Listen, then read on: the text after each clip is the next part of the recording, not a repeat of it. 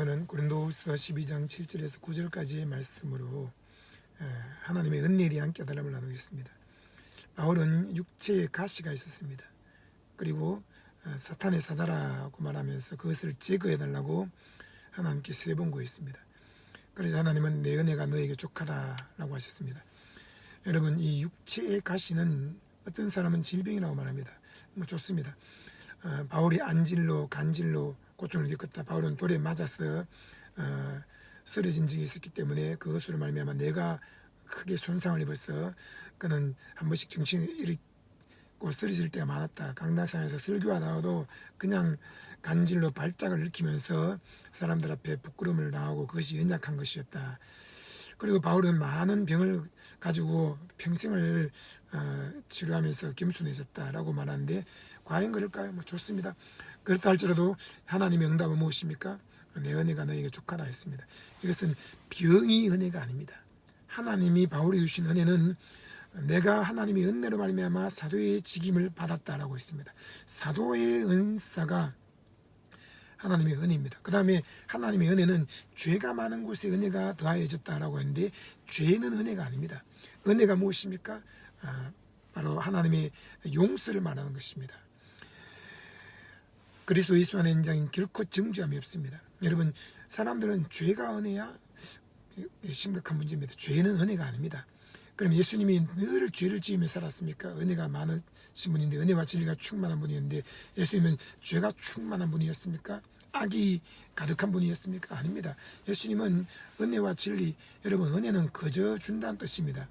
하나님은 예수님에게 모든 죄와 저주를 다 짊어지고 십자가에서 피 흘려 죽겠고, 예수님은 하나님의 어린 양으로 이 땅에 오셔서 우리의 모든 죄값을 다 지불하고 십자가에서 다 이뤘다라고 외치고 죽으신 것입니다. 예수님은 하나님의 은혜가, 하나님의 용서가 풍성한 분입니다. 진리, 예수님은 하나님의 말씀이 가득한 분입니다.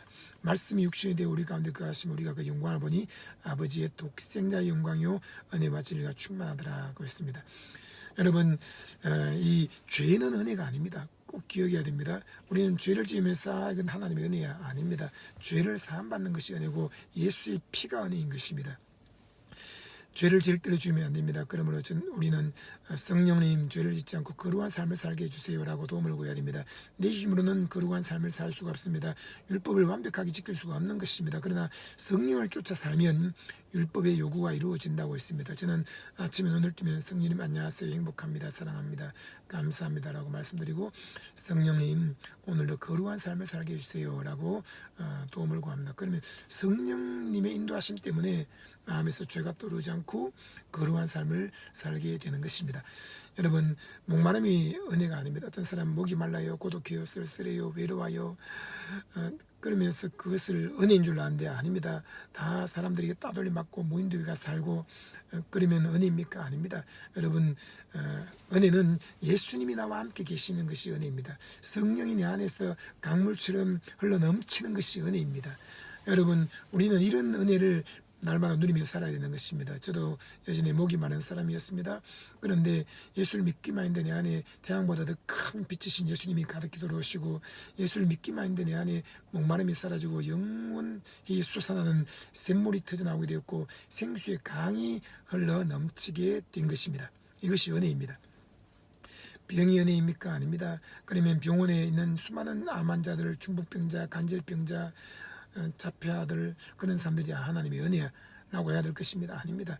여러분, 은혜가 더한 곳, 은혜가 무엇입니까? 예수님이 수많은 사람들을 병 고치시고 그것을 은혜라고 한 것입니다. 예수님이 우리의 연약함을 짊어지고 우리의 병을 다 담당했습니다.